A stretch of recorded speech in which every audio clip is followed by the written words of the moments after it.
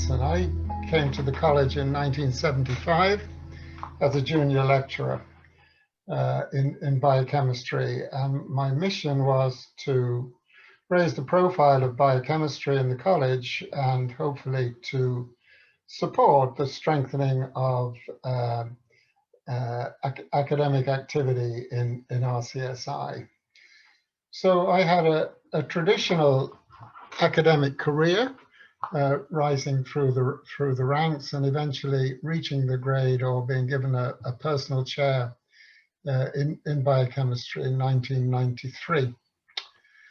I spent a fair bit of time with students, and particularly with the rugby club, where I was president for 31 of my 35 years in the place. I also had a great year as president of the Bio Society in 1991. From 1988 onwards, I had an increasing role in the academic affairs of the college. I was vice dean to Professor Boucher Hayes for 5 years, and then I was academic director of admissions, and finally dean from 1998 to 2006. And that's obviously provided me with again, lots of opportunities to meet people. At this time, I certainly spent a lot of time organizing electives and residency programs for North American students. And I built up a wide network of graduates and other contacts. It also became apparent that a 4-year program for graduates would be attractive, both for Canadian and US students, where 4-year programs were the norm, and also for Irish students who may welcome a second opportunity to enter into medical school. So it was perhaps during my second term as dean that myself and like-minded individuals, particularly Dr. Clearna Buckley, set about the business of planning the program. And we opted for a systems-based approach with an outcomes focus and a very strong clinical content starting from week 1 of year 1.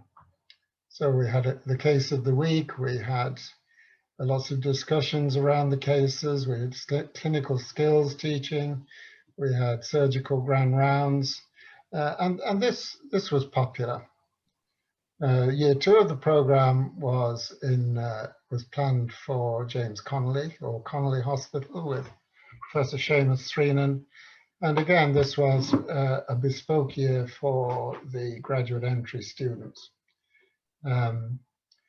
After the first 2 years of the program, the JAB students joined the main body of students for their final 2 years, which is largely hospitals based. So we were the first medical school in Ireland to launch a graduate entry program, which we did in 2006, and the first graduates were in 2010. So at this stage, we've had 12 years of graduates. And I think the program has been a big success, and it's nice to see 2 of the graduates here this evening. Max, I know quite well, being at his wedding some years back, and Sarah, this is the first time I've met Sarah. It's good to see you both, and I'm sure you'll be able to tell lots of nice things about the program and how much you enjoyed it. So why don't I start with Max, and Max, why don't you tell us what you've been doing since graduation in 2011? Yeah, great. Well, first of all, Professor Johnson, Alan, thanks very much for inviting me to do this this evening. It's really a great pleasure, and I had such fun and enjoyed myself so much, you know, studying in your program. It was an absolute pleasure and an honor to be involved with it. So I graduated in 2011. So I started in the second year of the GEM program. It's known as the GEM program now, but when I was studying, it was called the JEP, Graduate Entry Program.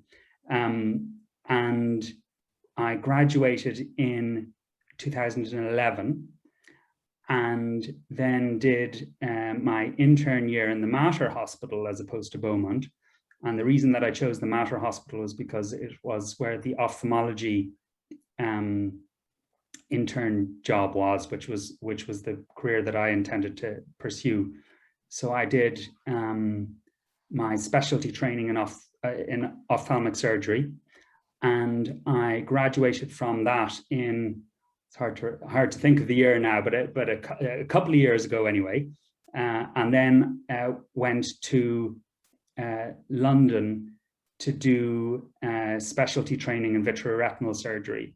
There, I went to London with my wife Emma, who's also an ophthalmologist, and was in our graduating class of 2011, but she didn't do the GEM program. She did the direct entry program. Emma Diagnan is her name. And then we came back from London. Well, we were lucky in the fact that we finished our fellowship training just as COVID was starting. So we came back in March 2019, just as things were getting a bit hectic in London. And I've been working as a consultant in the Royal Victoria Eye and Ear Hospital in Dublin, and in our practice medical optics and in the Blackrock Clinic since then. Well, you seem to have done very well, Max, so congratulations. Well, sure, a lot of hard work there, I'm sure. How well equipped did you think the education in RCSI equipped you for your future postgraduate studies? Yeah, well, I can't think how we could possibly have been better educated in both the principles and the practice of medicine. I remember starting year one in Sandyford with you and Keena Buckley there every day to look after us, and we started our first clinical tutorial was in week one. On the Friday mornings is when we used to do it, and you brought in all sorts of expert consultants to teach us the clinical practice. And I remember, well, both my parents are actually doctors, and they just couldn't believe that we were starting tutorials so early in our academic career.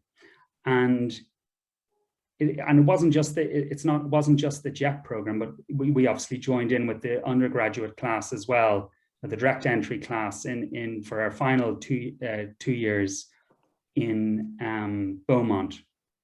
And we had fantastic tutorials and lectures there as well. And when we graduated, I felt very well trained, and that gave great confidence. The intern year it's a scary and intimidating year, I think, for doctors starting off, but I went into that and I felt very well trained, I have to say. So that was good, very reassuring. Maybe I could ask Sarah a couple of questions, because you're well established now in your career, and it's reassuring to see you doing so well. But Sarah's just starting off. Sarah, do you have a residency program or a training program that you're embarking on? I do, yeah. So I'll also just say thank you for having me. And it's so interesting to hear both of you, talk about the history of the program and how it was, 10 plus years ago, and just the similarities. I don't think that much has changed from the sounds of it. So yeah, it's really interesting to hear about that. I was lucky, that I graduated this year and managed to get a residency program back in Canada in Toronto in neurology, and so that's where I am. That's where I am now. Very good. Yeah. So how long is the program for? 5 years. 5 years. Very good. And have you come across any RCSI graduates in Toronto? Oh, absolutely. So just from our year, I think there's 4 or 5 of us. And in my program specifically, there are 4 in various years. So two of us actually matched this year to neurology at University of Toronto.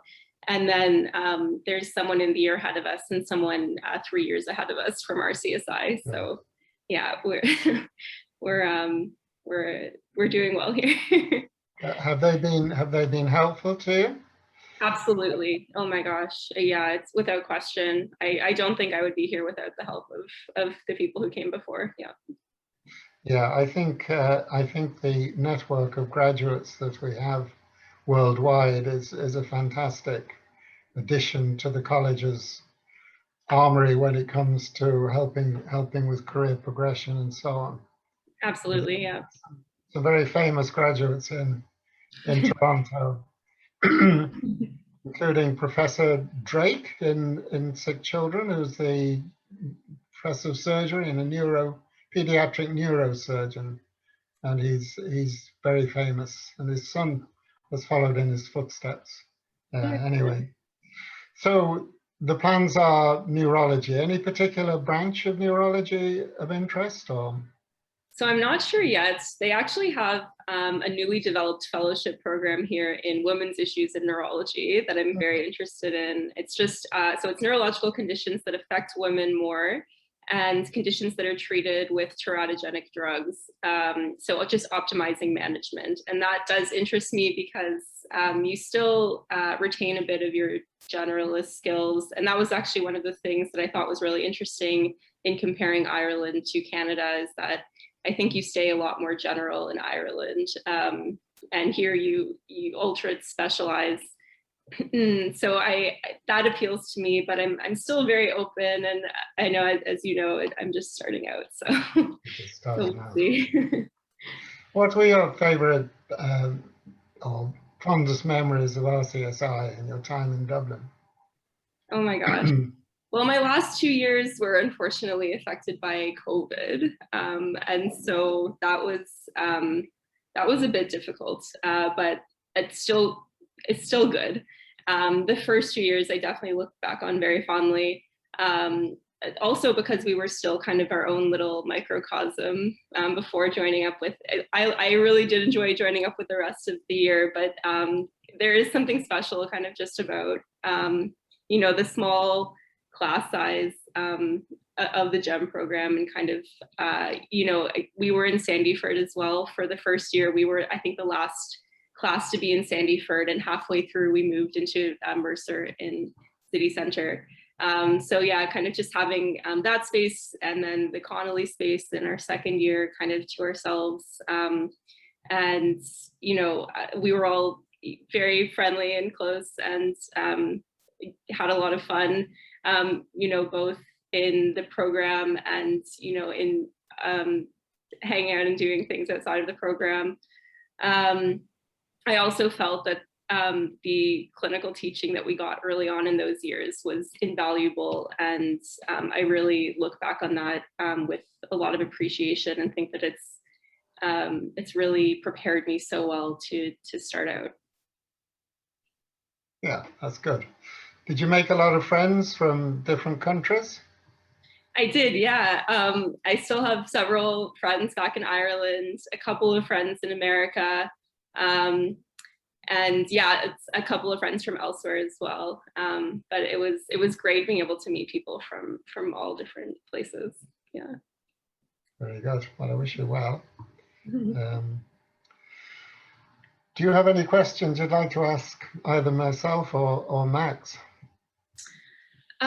Yeah, sure. Well, I was going to ask how you feel the program has changed. It doesn't sound like it's changed that much, but if you are still kind of involved, how you feel like it's changed from when you started, for the better or otherwise. But I don't know how it's changed over the past I retired 11 years ago. Oh my so. goodness. So you're not I so can't tell involved in any. you. But I Well, do know that the program has been a huge success, It's been and so successful, yeah. I'm sort of proud to have been part of the group that started things rolling. I'm so interested that you, in starting it, you were thinking of Canadians and Americans. I didn't realize that. I had imagined that it was created and then, you know, we discovered it and, you know, felt like we should take advantage. But that's really interesting to me. So there were Canadians and Americans, I imagine, coming over for the direct entry program then. Yeah, that's and correct. So you kind of were seeing this and thought, you know, there's a better way. Or I guess what was the rationale, I guess, behind all of it? We've always been interested in attracting the best students, and we knew that if North American students or graduates got offered places in prestige US and Canadian schools, they would obviously take those out of preference to coming to Ireland for all sorts of reasons. But there was also a strong belief in Ireland that, you know, people who maybe had just missed out in getting into medicine or decided they wanted to do medicine at a later stage should be given that opportunity without putting them through 5 or 6 years of medical school. So it was for those two main reasons that we started the program. Wow. And when I was there, again, it was the same. There were 60 people in the class, I think, and 30 of them were from North America, effectively, and the other 30 from the EU, but mainly Ireland. And Sarah, it's a pleasure to hear how well you're getting on. And I can tell you that in my class, all of the Canadians and Americans also did really well, and they matched. And it was very well, you know this, but it was very stressful. I remember it being very stressful to them, studying for the USMLEs and then doing this matching thing in final year. But they all, I remember they all were really happy with you know, just like you, got into really good programs in America. And I know, you know, I have loads of friends from that time, and they're all doing spectacularly well as well. And you were asking how much it's changed. And I, of course, don't really know how much it's changed either, but listening to your experiences there about your first couple of years, that was the same experience I had. You know, I was thinking earlier about those couple of years, and I was 6 years out of, you know, I'd finished my engineering degree for 6 years by the time I went back to do medicine in the JEP program. And you know, the program, my experience in those first couple of years reminded me more of school than of university, in all the good ways, as you know, as opposed to the bad ways. But in the good ways, it reminded me because it was obvious how much effort went into the program, you know, and it was brand new when I was doing it, and the college were really proud of it. And it appeared that Alan and Cliona and everybody in charge, that there was no limit to the resources and what the college would put into this program. And again, the class was very small. We made great friends. You know, and had great fun, and did all, you know, all sorts of things. Like there was a girl in my class actually who also became an ophthalmologist, Fiona Seeger, and she set up a polo club. She was a national champion at playing polo in the US, in the arena, an absolutely fantastic athlete. And she took this this crazy idea that it'd be a good idea to set up a polo club in RCSI. And of course, the college backed her fully in this endeavor. And she was scrambling around looking for people that had ever sat on a horse, never mind were able to ride. And we did that, and she was very successful. And that team, we went all over England and Ireland playing polo, of all the crazy things that we could be doing, you know. So that was great fun. And yeah, there were all sorts of other friends from the US and Canada that I still keep in touch with. It was a really great experience, I have to say. You know? That's great to hear that you're still in touch. I'm hoping, the same will be the case for us. Yeah, we're really, both myself and Emma, you know, we're really sad that the 10-year reunion couldn't really go ahead this year, you know, because of COVID. But hopefully we'll have a 12 or a 13-year reunion instead, you know, and get everybody together again. It'd be good fun. It's similar in the past 4 years. We had a lot of people as well, actually, Mr. Treacy, like feeling as though there were so many resources available to us and starting societies and clubs and everything. And I think, I don't know if that's more common within the GEM or was within the GEP, because there's people coming in with more varied backgrounds and having, you know, different interests and having experienced different things over their lifetime. And I'm wondering kind of if you had a similar thing where for us, we had quite a few people that didn't come from a science background at all. And so I think that was one of my favorite things actually about the program, was kind of the mixing of people of not only different, you know, coming from different countries, but also coming from different academic backgrounds, and all kind of now being at this point in their lives where they thought, I know what I want to do, and it's medicine, and I'm committed to that. Yeah, was it similar for you 10 years ago? I think, well, when I did civil engineering was my degree, and when I started in the JEP program, of course, it was the first time that there was this graduate entry program available. So I'd say there was quite a bit of pent up demand for all sorts of people that wanted to study medicine, but maybe hadn't thought about how they would go about it, you know, by going all the way back to do the 5 or the 6 year program. So there were all sorts of different people in my class, history and politics, engineering, nursing, I can't think of all the, psychology. Yeah, there were all sorts of different people with different perspectives and different training from beforehand. That was really, I enjoyed that part of it, I have to say. Well, and if I can add, it also makes for a wonderful group of students to be interacting with and teaching, because not only would you have archaeologists and history and politics, engineering, and so on, but you also had people with PhDs in molecular biology and genetics. They could certainly keep you on your toes. Keep you on your toes. Wonderful, wonderful eclectic bunch of students to teach. Really enriching experience. I felt hugely lucky to spend my last 4 years in the college with the students from such a varied background. It was interesting. It was really terrific stuff. Yeah, it was obvious, Alan, that you were enjoying yourself, you know, professionally there, when you were, you know, you had the enthusiasm of somebody that was only starting out in their career, as opposed to somebody that was doing the last 4 years, you know. And that was really nice to see. I can tell you as a student in your program that we felt really, really well looked after. You know, so thank you for that. It was, as I said before, it was a real pleasure. Very nice to hear, Max. Thank you. Was there any, I know you mentioned that there, Mr. Treacy, that there were, you know, a lot of people that were very enthusiastic in your years, but when you had originally put forward the idea, Prof Johnson, was there resistance, or were people on board right away?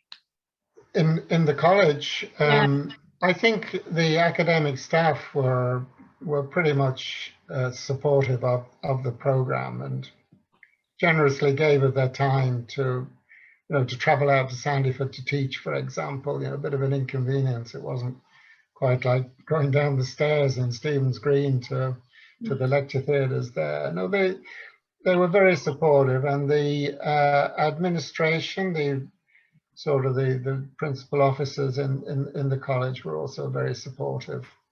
They saw it as a prestige program, where we were the first medical school in Ireland to start a graduate entry program, and it had the highest points requirements to get in, and it was good. It was popular.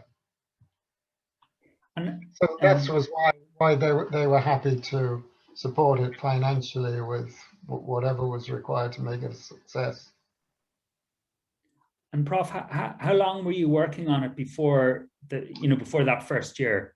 Oh, we'd been thinking about it. I went over to St. George's a few times to talk to a fellow over there called Peter McRory. They had started a graduate entry program a good few years before.